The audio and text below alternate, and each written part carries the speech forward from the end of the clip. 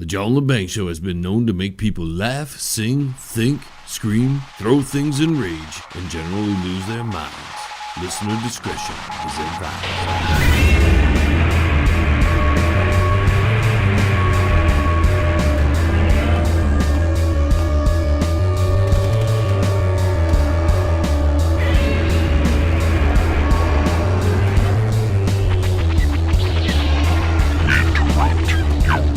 Scheduled programming to bring you a show on the edge, broadcasting worldwide and out to the greater universe.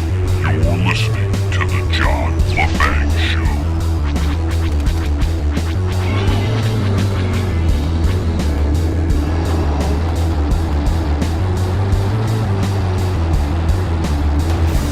Well, what a week, huh? Welcome, my friends. I'm telling you, there's so much to report tonight, so much to discuss that it's going to be really hard to get it all in. And I have to admit, I'm having difficulty on how I want to proceed with the show because we're dealing with an extremely delicate issue, and if you say something too far one way or the other, you're going to upset a lot of people. And I'm trying to get out some information that the soundbite media seems to ignore.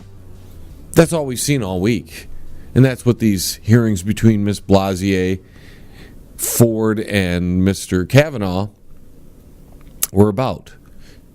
It was all about soundbites and what soundbites they could grab to play on the mainstream manufactured elite news. I'm going to call them the soundbite media now. That's it. I think I'm going to join in the game of soundbite media. Whatever happened 35 years ago, it bears little relevance on what is happening today. Because it's not about a lady who has had a traumatic moment, as she describes it, a traumatic moment that carried on through her life. And it's not about a guy being confirmed to the Supreme Court who's being accused of something for all practical purposes cannot be proven one way or the other. So now we have to do the he said, she said thing. And because we're going to participate in soundbite media, ladies and gentlemen, because we're going to do that, we have some interesting soundbites that we're going to be playing for you. Now, it's not the soundbites you got in the mainstream media. There are a lot from Kavanaugh, so we're going to just push that aside. We know where everybody stands on where they think about Kavanaugh. His background has been thoroughly investigated. He's had 6 separate FBI investigations into his background because that's what you got to do when you start moving up the chain in the federal court system. They got to check your background. Make sure you're not a Chinese agent like Dianne Feinstein had, working for her for, 20 years or something? When you're going to be a federal judge, the FBI, and you've got to submit to these, the FBI does background searches on you. They check you out. That's what the FBI does. The FBI doesn't convict anybody of anything. Yet you don't really get that in the mainstream manufactured news. But, there is a Democrat out there that knows exactly what the FBI does. This is Mr. Joe Biden. Let's hear what he had to say. The next person that refers to an FBI report as being worth anything obviously doesn't understand anything. FBI explicitly does not, in this or any other case, reach a conclusion. Period. The reason why we cannot rely on the FBI report, you wouldn't like it if we did, because it is inconclusive. Oh, the FBI doesn't do anything but interview people, gather data, gather information, and then pass it on. That's interesting. Now, let's get past that because we're really focusing on what is happening to a single man.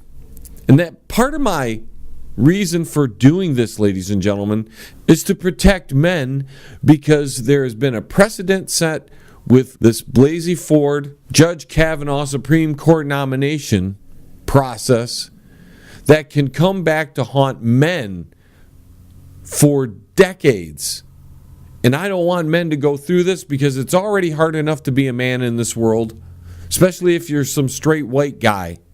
It's a tough world out there because everything's your fault and you don't get credit for jack squat. But men, if you're listening, at this point, any action that you do as a young man, as a adolescent, can come back to haunt you. I mean, we're almost to the point to where some girl who got pushed over by a boy in a classroom in 3rd grade can come back to get him and say it was assault at that age. But since we're doing the soundbite media thing this fine hour, I'd like to begin with the chair of the hearing, Mr. Grassley, and I'm going to let him explain to you how this whole process is nothing more than a political hack job. And they don't care about Mrs. Blasey Ford. They want to stop Kavanaugh at all costs. I lament that how this hearing has come about. On July the 9th, 2018, the President announced Judge Kavanaugh's nomination to serve on the Supreme Court. Judge Kavanaugh has served on the most important federal appellate court for 12 years. Before that, he held some of the most sensitive positions in the federal government. The President added Judge Kavanaugh to his short list of Supreme Court more than 9 months ago in November 2017. As part of Judge Kavanaugh's nomination to the Supreme Court, the FBI conducted its 6th full-field background investigation of Judge Kavanaugh since 1993, 25 years ago. Nowhere in any of these 6 FBI reports, which committee investigators have reviewed on a bipartisan basis, was there a whiff of any issue at all related in any way to inappropriate sexual behavior. It's all coming out now. All coming out now. Isn't that interesting? Dr. Ford first raised her allegations in a secret letter to the ranking member nearly 2 months ago in July. 2 months ago in July, ladies and gentlemen, and it's just coming out in the past few weeks. Keep that in your head. This letter was secret from July 30th, September 13th July 30th until September 13th when I first heard about it. The ranking member took no action. The ranking member he's talking about is Dianne Feinstein. We continue. The letter wasn't shared with me, our colleagues, or my staff. These allegations could have been investigated in a way that maintained the confidentiality that Dr. Ford requested. And we'll get to that. You don't know that, ladies and gentlemen, because that's not being reported by the mainstream media. And why would it be? The soundbite media doesn't care about an individual's privacy, and neither does the Democrat Party. We'll continue. Before his hearing, Judge Kavanaugh met privately with 65 senators, including the ranking member. But the ranking member didn't ask Judge Kavanaugh about the allegations when she met with him privately in August. The Senate Judiciary Committee held its 4-day public hearing from September 4th to September 7th. Judge Kavanaugh testified for more than 32 hours in public. We held a closed session for members to ask sensitive questions on the last evening, which the ranking member did not attend. So the night Feinstein could have asked him about this in private if they didn't want to make it public because they were keeping it confidential for the lady, and I can understand that if these allegations are true. Feinstein had an opportunity to ask him a direct question about this and didn't. They kept the story, they kept the whole allegation quiet until just a few weeks ago. We continue. Judge Kavanaugh answered nearly 1,300 written questions submitted by senators after the hearing, more than all prior Supreme Court nominees. Throughout this period, we did not know about the ranking member's secret evidence. So they've given this guy the biggest anal cavity search of any Supreme Court nominee in the history of the world before all these allegations came out. And in the 11th hour, Dianne Feinstein and the deplorable Democrats dropped the bomb. Then, only at an 11th hour, on the eve of Judge Kavanaugh's confirmation vote, did the ranking member refer the allegations to the FBI. And then, sadly, the allegations were leaked to the press. And that's where Dr.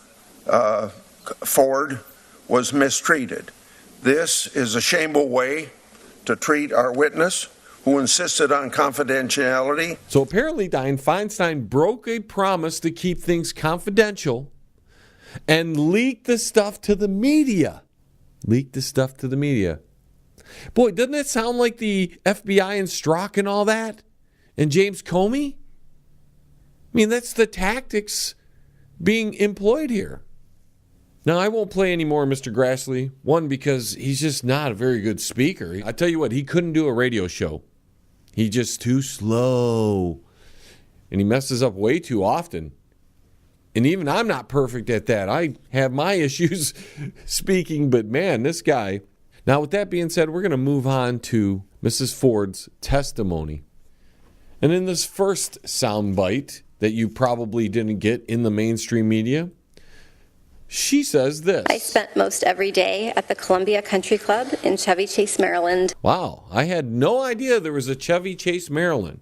How ironic that Chevy Chase has been in the news lately as well. We continue. I don't have all the answers, and I don't remember as much as I would like to. She doesn't remember everything she'd like to, and she doesn't have all the answers. Yet she came forward about an incident that happened over 30 years ago. We continue with her description of how the night went. When I got to the small gathering, people were drinking beer in a small living room, family room type area on the first floor of the house. I drank one beer. Brett and Mark were visibly drunk. Early in the evening, I went up a very narrow set of stairs leading from the living room to a second floor to use the restroom. When I got to the top of the stairs, I was pushed from behind into a bedroom across from the bathroom. Now here's a question for Mrs. Blasey Ford, because you have to ask this. Were they all heading up together? Were they all heading up together because they were having a good time and hanging out? I couldn't see who pushed me. Now she admits that she didn't see who pushed her. And believe me, folks, I am not trying to attack this lady's integrity. But if we're going to take her testimony and use it as evidence against Mr. Kavanaugh, whose life will be destroyed, we have to know all the details. Are we not allowed to ask these questions because she claims she's a victim? Don't we want to know? She said she went up to the bathroom. Obviously, it was with those two guys. She didn't say they were hiding up there. So she walked up the stairs to go to the bathroom with two guys hanging out, partying. I would have asked these questions not because I want to be a jerk, but because we have a man's life on the line. And we have to make sure she, who was in therapy and who has repressed memories of the entire event, and if the event happened, we have to know everything that happened so we understand the circumstances to which they happened. Because we're judging a man. I know to some, a man isn't as important as the women. But this is a person's life, and he's got kids, and he's forever going to be tainted with this. Let's continue. And I thought that Brett was accidentally going to kill me. To me, this is extremely telling. Something was going on, and she in her mind thought, oh, Brett's going to accidentally kill me. Now, ladies and gentlemen, I don't want to insult this lady. I don't want to diminish what possibly happened there.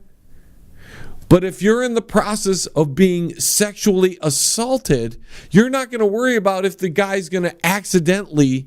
You're going to be concerned that he is going to kill you. We've got to take a quick break, folks. This is probably going to dominate the entire hour. When we return, we're going to hear more sound bites that the mainstream media just isn't playing. Stay tuned. Don't go anywhere now. John will be right back right after this. Yes, it will. Check out the new book from Derek Shelmerdine, Rock and Roll Unraveled. It tells the story of rock and roll from its roots right up until the mid-70s punk. Rock and Roll Unraveled. Not just the music, but also the events that shaped the music. Rock and Roll Unraveled. It includes the backgrounds to recording sessions, singles, album releases, births and deaths, epic concerts, and festivals. Rock and Roll Unraveled. Shelmerdine has made a painstaking effort to document pretty much every event that would prove significant in shaping popular music. Rock and Roll Unraveled. Purchase the book at www.rockandrollunraveled.com. Follow him at Twitter at R&R Unraveled and look him up on Facebook at Rock and Roll Unraveled. Rock and Roll Unraveled. By author Derek Shelmerdine. Available now. Hey man, you're listening to the John Lebang Show, man. The place where chronic brain cell rejuvenation happens. Feel like you're getting any smarter yet?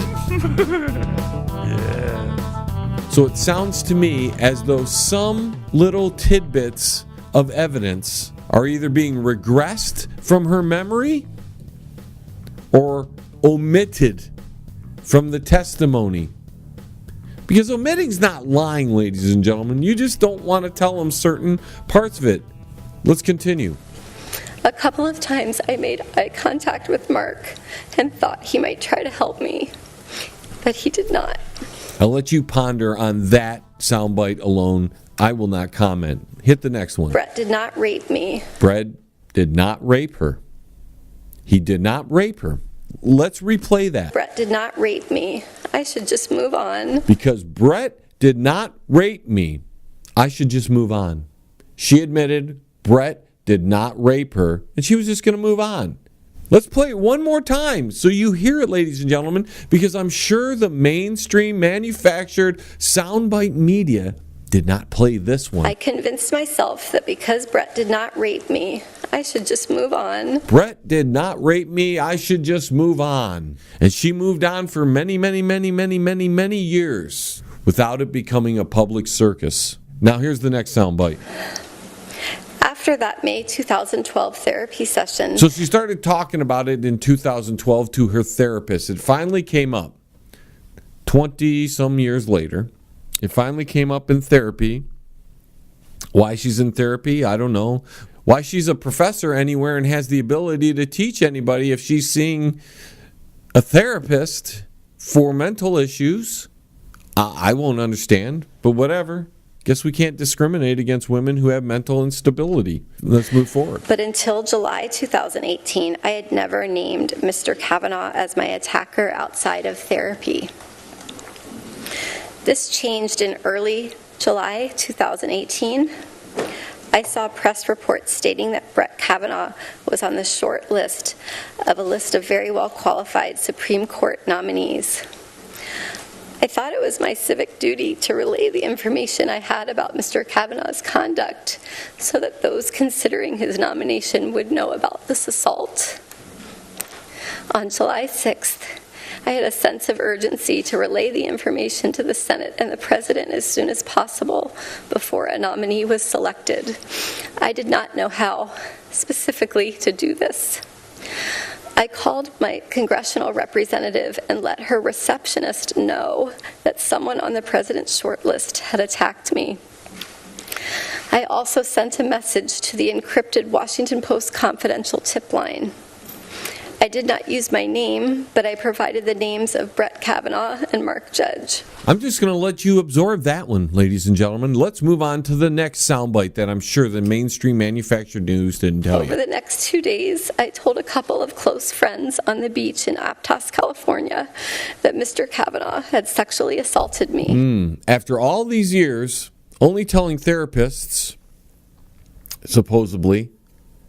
She decided to start laying the groundwork by telling friends that this happened over 30-some years ago. Groundwork. Gotta love it. On July 9th, I received a return phone call from the office of Congresswoman Anna Eshoo after Mr. Kavanaugh had become the nominee. I met with her staff on July 18th and with her on July 20th, describing the assault and discussing my fears about coming forward. Later, we discussed the possibility of sending a letter to Ranking Member Feinstein, who is one of my state senators, describing what occurred. My understanding is that Representative Eshoo's office delivered a copy of my letter to Senator Feinstein's office on July 30th. The letter included my name, but also a request that it be kept confidential. So the Democrats weren't concerned about this at all. They got the report. They weren't concerned at all until Kavanaugh got the nominee. Then they go, hey, we have some dirt on Kavanaugh. We should probably look into this. I continue.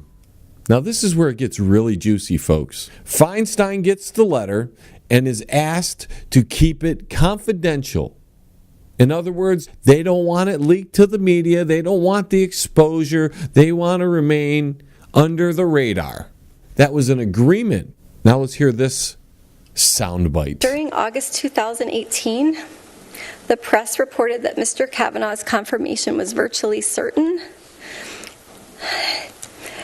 Persons painted him as a champion of women's rights and empowerment. And I believed that if I came forward, my single voice would be drowned out by a chorus of powerful supporters. By the time of the confirmation hearings, I had resigned myself to remaining quiet and letting the committee and the Senate make their decision. So she let it go again. She let it go because Kavanaugh has been an exceptional dude when it comes to women ever since whatever encounter happened 30-some years ago. He's been outstanding. 70-some ladies have written testimonies and talked about and supported Judge Kavanaugh as being an outstanding man towards women. So she decided, you know what, I'll just let it go. It's probably a one-time thing. Whatever happened, happened. I didn't get raped. So all's well that ends well. That's me entering that in. Now let's go to the next soundbite. Once the press started reporting on the existence of the letter I had sent to Senator Feinstein, I faced mounting pressure. Hang on, now let's wait a minute. So she resigned herself to not being, just letting it all go. And then it gets leaked to the public by, well, Dianne Feinstein or somebody in her staff. How else would it have gotten there? How else would the press have known unless Dianne Feinstein, who promised this lady confidentiality, how would it get to the mainstream manufactured soundbite media if Dianne Feinstein or somebody in her staff didn't just leak it out? Why isn't anybody in the mainstream media concerned with this? Why aren't they outraged that Dianne Feinstein not only broke a promise to a woman who wanted to remain confidential about an incident that happened long ago that she admits wasn't rape, but it bothered her here and there throughout her life. And Dianne Feinstein, that fine, outstanding woman there, she goes out and leaks this stuff to the media. And now this woman, her whole life's turned upside down because the Democrat called Dianne Feinstein leaked to their accomplices in the media. Gotta love it. A story that she wasn't supposed to leak to the media. Let's continue. Reporters appeared at my home and at my workplace, demanding information about the letter in the presence of my graduate students. All because of Dianne Feinstein. They came to her house, emails, going to her work, right in the middle of class. Report, the shameless, I can't believe it, the shameless reporters. just to get some kind of story so they can destroy Kavanaugh. The shameless reporting and the shameless act by Dianne Feinstein, who brought this all on this woman just to oppose a nominee who was too clean to oppose. Let's continue. They called my bosses and coworkers and left me many messages, making it clear that my name would inevitably be released to the media. Can you believe this? The shameless media, the shameless Dianne Feinstein, who made a freaking promise to this lady for political purposes, is going to ruin this lady's life, ruin Kavanaugh's life, make their life a living hell. Because people, average people who are just out of their minds on both sides of the issue, can't just let people live. Stop threatening people. I mean, it's ridiculous, the average human being, how stupid they are. But here's a woman that I'm going to sound like I'm defending now, because I am defending. Dianne Feinstein had information that this woman wanted to be left confidential. She just wanted the committee to know this so that way they could make an assessment and it didn't have to come out. But what did Feinstein do? She went to her allies in the manufactured fake news media and published this against her will. And now it's a living hell for her and it's a living hell for Kavanaugh. And you people want to vote Democrat this time around, don't you? My God, people make me sick. Let's continue. I decided to speak out publicly to a journalist who had originally responded to the tip I had sent to the Washington Post and who had gained my trust. It was important for me to describe the details of the assault in my own words. So the one person she reported to in the media that she left a tip for asked them, could you keep it anonymous? But now she reached out to him because, hey, it's already out there. My life's going to be a living hell. I better get my side of the story out so that, and this is so interesting, if you watch the video at this point, when she's looking at, who she's looking at, when she says my side of the story, she's looking right at Dianne Feinstein because she knows Dianne Feinstein screwed her. Since September 16th, the date of the Washington Post story, I have experienced an outpouring of support from people in every state of this country. Yeah, to the support of a GoFundMe page, which is so interesting. Strzok has got one too. The FBI guy. But $700,000 or more at this point have gone into a GoFundMe page for this lady. So she's making some money off this. It's a GoFundMe page. There's no way to bust anybody for that. Oh, boy. Wonder why that GoFundMe page was made. Why was that GoFundMe page made? To support her legal fees? This lawyer that she's hired is going to get more prominence than he's ever had. He's going to make a boatload of money, and he could have done this pro bono. And it didn't matter what side, what everything finished out at, how it all turned out, because he was going to have a name now, because he went before Congress and he was the lawyer of Mrs. Ford. Let's continue. These past couple of weeks have been the hardest of my life. I've had to relive this trauma in front of the world. She had to live this trauma in front of the world because of Dianne Feinstein and the absurd, dishonest, mainstream, manufactured soundbite media. That's right. And you thought this was all about Kavanaugh and just destroying him. No, this is going to destroy her if she's not some kind of setup. Which we might talk about that later. In fact, we will. Let's finish this soundbite off. And I've seen my life picked apart by people on television, on Twitter, other social media, other media, and in this body. Her whole life has now been freaking ruined because of Dianne Feinstein, the mainstream manufactured fake news who wanted to destroy Kavanaugh, so they're willing to ruin this woman's life against her will, because she wanted to remain confidential against her will. They ruined her life, that's right, folks, to go after one man who was so squeaky clean, that there was no way they could stop him from getting to the Supreme Court until they pulled this out. We've got to take a break, folks. We're so freaking long. It's insane. When we come back, we'll talk about this lady's background that just didn't make the soundbite media. Stay tuned. Don't move a muscle. John Lebang Show, right back. With lots of fun and excitement. Yes! Pane in the Glass, commercial and residential window cleaning for a beautiful sparkling shine that's crystal clear. Call Pane in the Glass Window Cleaning. You can find them on Facebook at Pane in the Glass. Hey, man, it's at the bottom of the hour, man. Do you know where your kids are, man? If you want to contact the John Lebang Show, feel free to send an email to jlebang@live.com. And if you're on Twitter, look him up at John Lebang. And don't forget to go to his Facebook page at The John Lebang Show. Now here's John.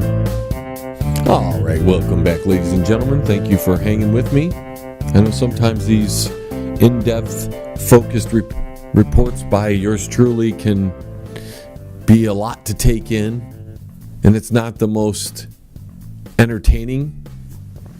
But there are times when you have to just say, the hell with entertaining, and let's get to the heart of the issue here. Now we're going to do a little discussion on Mrs. Ford and some of her ties, because this is not mainstream news either. In fact, a lot of it in recent days is being scrubbed from the internet. You don't believe me? Can't help you there. That's because you don't do enough research to go find this stuff out yourself. I'm going to report it to you, though. This professor, Mrs. Blasey Ford, she just happens to head up the CIA undergraduate internship program at Stanford University. Did you know that, ladies and gentlemen? This lady has ties to the CIA, the big state. The swamp. That's right, folks. Her brother, Ralph III, he used to work for an international law firm called Baker and Hostetler. Who are they? Well, they're the firm that created, wait for it, Fusion GPS. Those were the people behind the dossier, the Steele dossier, that got the FISA warrants, that got the Russian probe investigation going, that we later found out was paid for by the Clintons. What difference at this point does it make? I mean, the dossier was paid for by the Clintons, the Democrats. Those are very interesting tidbits, aren't they? Found out a lot about that Fusion GPS dossier there by Steele. Most of it wasn't based on much fact. We'll say that. Also, Baker Hostetler is located in the same building, coincidentally, of course, where the CIA operates 3 companies called Redcoats, Inc., Admiral Security Services, and Data Watch. They are operated by Ralph Blasey. He is the father of, guess who? Christine Blasey Ford and Ralph III. Christine and Ralph, their grandfather was Nicholas Deak, and former CIA Director William Casey acknowledged leaks, decades of service in the CIA. Now, isn't that interesting? Why isn't that background being investigated, I wonder, by the mainstream soundbite media? Are you stupid or something? Can you understand that, ladies and gentlemen? Why are they only trying to rip apart Kavanaugh and not looking into this lady who is now, everything is public about her because of Dianne Feinstein and the Democrats? You smell a rat. Now, Mrs. Blasey Ford has a husband, Russell Ford. They met at Stanford University and were married in 2002. They have 3 young children. Russell Ford is the senior director at Zanzo Pharma and exclusively specializes in, guess what, ladies and gentlemen? Mind-altering drugs. The plot thickens, doesn't it? Russell deleted his Facebook account and removed his name from his company's website. All recently, of course. Imagine that. He deals with mind-altering drugs. And Christine is a CIA internship recruiter for Stanford. Now, keep in mind, her 4 or 2 boys statement was in 2012, but in 2018, it changed to 2 guys. And what was she and her husband in therapy for, I wonder? Now, she claims to have passed an FBI polygraph, but she already works for a CIA-funded program, ladies and gentlemen. Her father, Ralph G. Blasey Jr., is a lifelong CIA operative since the 1960s and currently provides public security to all deep state officials under criminal investigation today. And her brother worked for a Fusion GPS-linked firm. How can one trust an FBI polygraph when there's so much conflict in the organization? But this is just the start, ladies and gentlemen.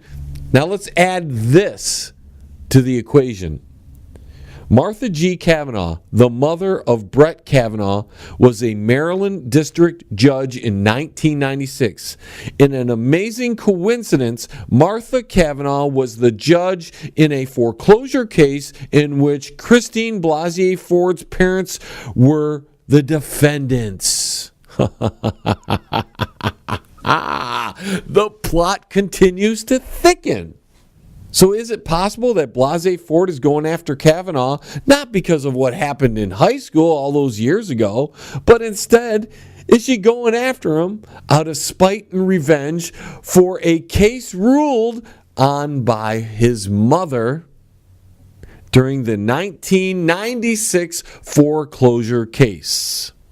Brett's mother was Montgomery County Circuit Court judge from 93 until she retired in 2001. Now let's move over to some GPS connections. Working for the law firm Baker Hostetler for 15 years as a litigations partner, that retained Fusion GPS, the primary fixer for the Clinton and DNC dossier. You remember that? We talked about that. Now, in January of 2011, Yahoo Finance explained the role Baker Hostetler played in the deep state's attempts to bring down the duly elected president of the United States. And how did Hostetler become a supporting character in the geopolitical drama over Russian meddling in the United States and the possible implications on the fate of the Trump administration? To put it simply, the firm was tapped beginning in at least 2013 to defend a company called Prevezin Holdings Ltd. against their money laundering accusations. Natalia Velenskaya, I hope I pronounced that correctly, the Russian lawyer who met Donald Trump Jr. in June 2016, reportedly with the intent to provide information damaging to Hillary Clinton's campaign, was also working for Preversion and Fusion GPS, the company that produced the infamous Steele dossier on President Donald Trump and Russia. And that dossier was also retained by Baker Hostetler and the Perversion Group. It's really Perversion, but I'm going to call them the Perversion Group because they're perverting everything. Now let's get into her father. Ralph Jr. has been a lifelong CIA member, like we've said, and involved in black ops budgets and deep state security. His entire CIA and deep state past spans 40 years, and he's been involved personally with the top DC elites, including John Brennan, Robert Mueller, James Comey, Susan Rice, so on. And he's doing it to this day. His current position remains secure as VP of Business Development at Redcoat. Redcoats. Isn't that an interesting name for a company? CIA-backed company. Isn't that interesting? Now, her father's past position as a proven CIA operative, who from 1962 to 1974 was the vice president of National Savings and Trust of Washington, more deep state stuff, best known for being 100 paces from the White House, and whom in 1998 was taken over by Sun Trust Bank, whose majority share owner is a CIA-linked investment fund, BlackRock. Now, the importance of noting this CIA banking connection of Robert G. Blasey Jr.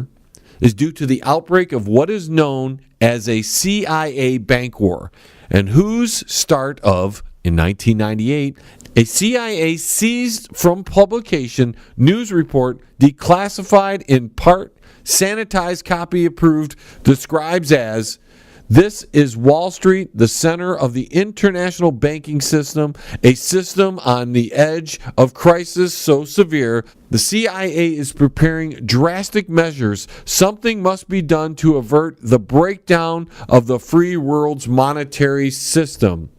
The main CIA operative involved in this war, and whom Ralph G. Blasey Jr. reported to, was Nicholas Deak, a longtime OSS and CIA operative, both during and after World War II, who ran the CIA's main black budget projects under the direct command of the feared CIA intelligence chief James Jesus Angston.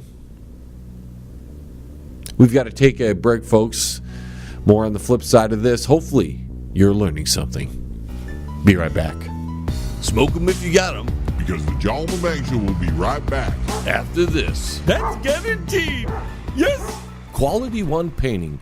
For interior and exterior painting needs, call Tom at Quality One, 313-982-2986. Tom will give you free estimates, senior discounts, and I can tell you from meeting the gentleman, he's one of the nicest guys on the face of the planet. So for a quality paint job with a professional attitude, call Tom at Quality One Painting. That's 313-982-2986. 313-982-2986. Quality One Painting. You're listening to the John Lebang Show. Join the radio revolution right here. It's better than some good Thai stick, man. Yes, I would like some too. I know we went to break a little early. That's abnormal around here. Usually we're going on for a long time before we decide to take that break. I didn't want to get into her background any further. I think that was enough for most of you to take in. You can do further research on your own. One of the good places, one of the people who brought this information to light was a website called Before It's News, but it's all information that you can look up yourself and find out that it's accurate. And the reason I brought it up was only to show that this lady has connections to the deep state, and it's been very clear through many independent investigators, because the mainstream manufactured soundbite media avoids the deep state connection. So you have to look at the alternative media or the independent media, or as Michael Savage just dubbed, the underground media. In this last segment, I want to focus on a few things. We have some more sound bites for you, but before we get to those sound bites, where is this all going? What has happened? We all know that now it's all been postponed at least another week because the FBI, ordered by Trump, suggested by Dianne Feinstein and the entire left-wing part of that committee, and Mr. Flaker over there, he's turning in to be John McCain Part 2, the Flaker. His name's Flake, but I think we're going to call him the Flaker. Decided he didn't have enough information, even though he said he was going to vote yes for Kavanaugh to be confirmed. He just wanted to hold it off another week. And what's going to happen in that week is the FBI is going to tell us that there is not enough time to conclude an investigation into this. Needless to say, I don't know why the FBI has jurisdiction over this particular investigation. It should have happened many years ago in Chevy Chase or whatever town. If it happened to the young lady, she should have reported it. But for whatever reason, she didn't report it because, admittedly, in her own words, she said he didn't rape her. But it was killing me when they were getting ready to vote and they postponed the vote till like 1:30 and the whole world was watching. Everybody was watching. We were watching the day before when she had her hearing and then he had his hearing, and then the next day when they were going to do the vote, but they didn't do the vote because they postponed the vote, and all of a sudden, right there in the 11th hour again, political garbage that I just cannot stand. And I know a vast majority of American people are just sick of the political BS that is put out by both parties. I don't know how many times I said I was sitting out this election. You see, the bombastic actions currently displayed by the Democrats and the linguini spine Republicans is the very reason why people despise politics and politicians. They've had more than 2.5 months, the Democrats that is, to trot out these women, to make their case to the American people. But instead, the underhanded Democrat Party chose to wait until the 11th hour to bring forth these allegations, even though they knew about them since July, ladies and gentlemen. And they sat on it and they waited on it until the 11th hour when Mr. Kavanaugh was just about to be confirmed. This disgraceful and heinous move underscores the totality of what this party holds most dear. And I'm talking about the Democrat Party. Divide and conquer, destroy and disrupt at all cost, even to the detriment of the nation.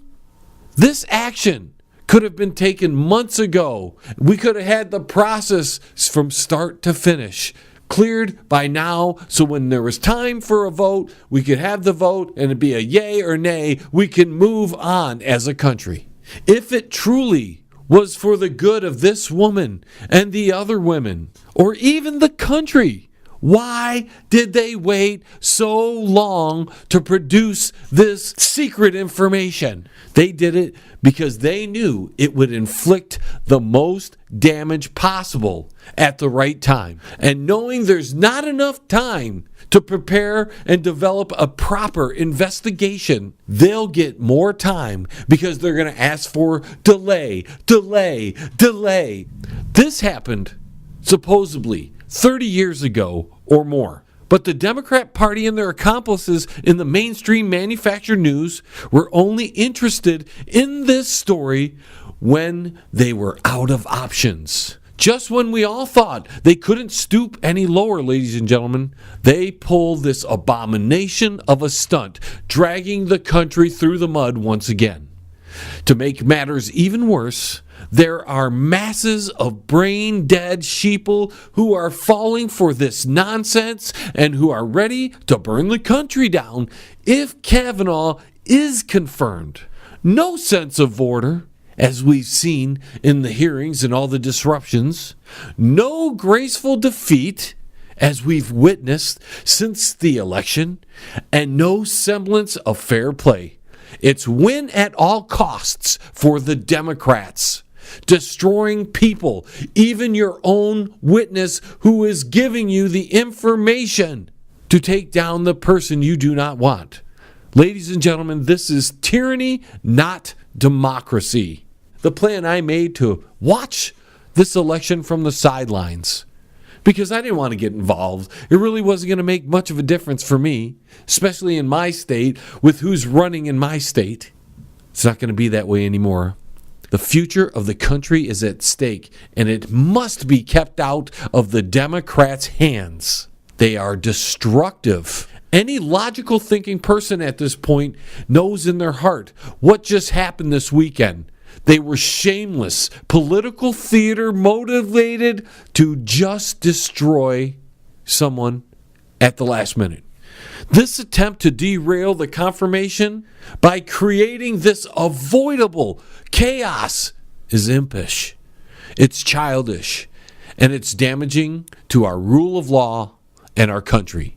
Therefore, the Democrats cannot be trusted with conducting the affairs of this nation on any level. They must be voted out at every level of government to the point of obscurity. Not doing so only endangers the well-being and decency of our republic. So instead of sitting out this election, I'm planning on going out to vote. And it won't be for those Democrats, ladies and gentlemen. And I suspect that there are going to be a whole lot of other people that feel the same way. That is what I wrote this week on my website. You can check out that article at www.jlebang.com. Now to get back to the sound bites. Because even if this stuff is real, let's say this stuff happened where he touched her all over her body and grinded her. I have questions, by the way. We might have time to get to that. But even if this stuff happened, this happened when he was an adolescent. He was in school, and it looks like he's been an outstanding citizen in his adult life. And there used to be a time in this country when a person was innocent until proven guilty. And it wasn't the person being accused that had to prove they were innocent. Now, how are you going to find proof? Hard, tangible, forensic proof from an event that supposedly happened years ago, 30 years ago. At this point, the best you're going to find is people saying yes and no. He said, she said. That's the best we've got. You can't convict a man or a woman on a he said, she said. You need some kind of evidence. Hard evidence. Even Lindsey Graham himself had enough of this shameless act. And I'm going to play you his full rebuttal. And this is great. This is one of the best things I have heard out of a politician's mouth in decades. Take a listen. Are you aware that at 9:23 on the night of July the 9th, the day you were nominated to the Supreme Court by President Trump, Senator Schumer said, 23 minutes after your nomination, I will oppose Judge Kavanaugh's nomination with everything I have. I have a bipartisan, and I hope a bipartisan majority will do the same. The stakes are simply too high for anything less. Well, if you weren't aware of it, you are now. Did you meet with Senator Dianne Feinstein on August 20th? I did meet with Senator Feinstein. Did you know that her staff had already recommended a lawyer to Dr. Ford? I did not know that. Feinstein recommended her lawyer. How do you like that? Did you know that her and her staff had this allegations for over 20 days? I did not know that at the time. Now he's addressing the Democrats. Listen to him. If you wanted an FBI investigation, you could have come to us. What you want to do is destroy this guy's life, hold this seat open, and hope you win in 2020. You've said that, not me. You've got nothing to apologize for. When you see Sotomayor and Kagan, tell them that Lindsey said hello, because I voted for them. I would never do to them what you've done to this guy. This is the most unethical sham since I've been in politics. And if you really wanted to know the truth, you sure as hell wouldn't have done what you've done to this guy. Are you a gang rapist? No. Man, you have to give Lindsey some credit here. I cannot imagine what you and your family have gone through. Now he's addressing the Democrats again. Boy, y'all want power. God, I hope you never get it. I hope the American people can see through this sham, that you knew about it and you held it.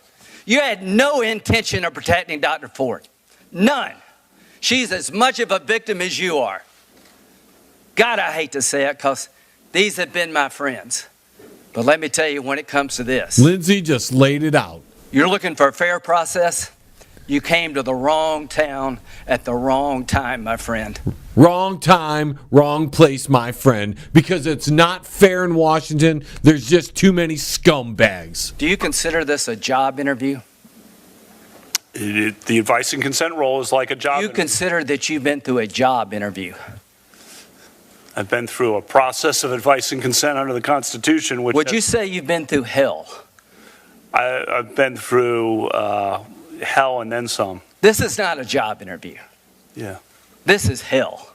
This is going to destroy the ability of good people to come forward because of this crap. Your high school yearbook. You have interacted with professional women all your life, not one accusation.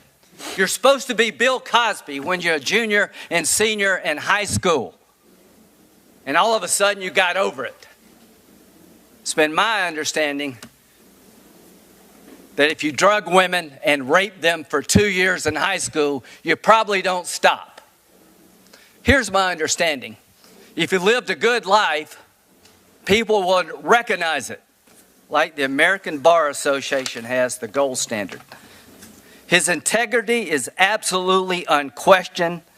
He is the very circumspect in his personal conduct, harbors no biases or prejudices. He's entirely ethical, is a really decent person. He is warm, friendly, unassuming. He's the nicest person. The ABA. The one thing I can tell you should be proud of, Ashley, you should be proud of this, that you raised a daughter who had the good character to pray for Dr. Ford. To my Republican colleagues, if you vote no, you're legitimizing the most despicable thing I have seen in my time in politics. You want this seat? I hope you never get it. I hope you're on the Supreme Court. That's exactly where you should be. And I hope that the American people will see through this charade.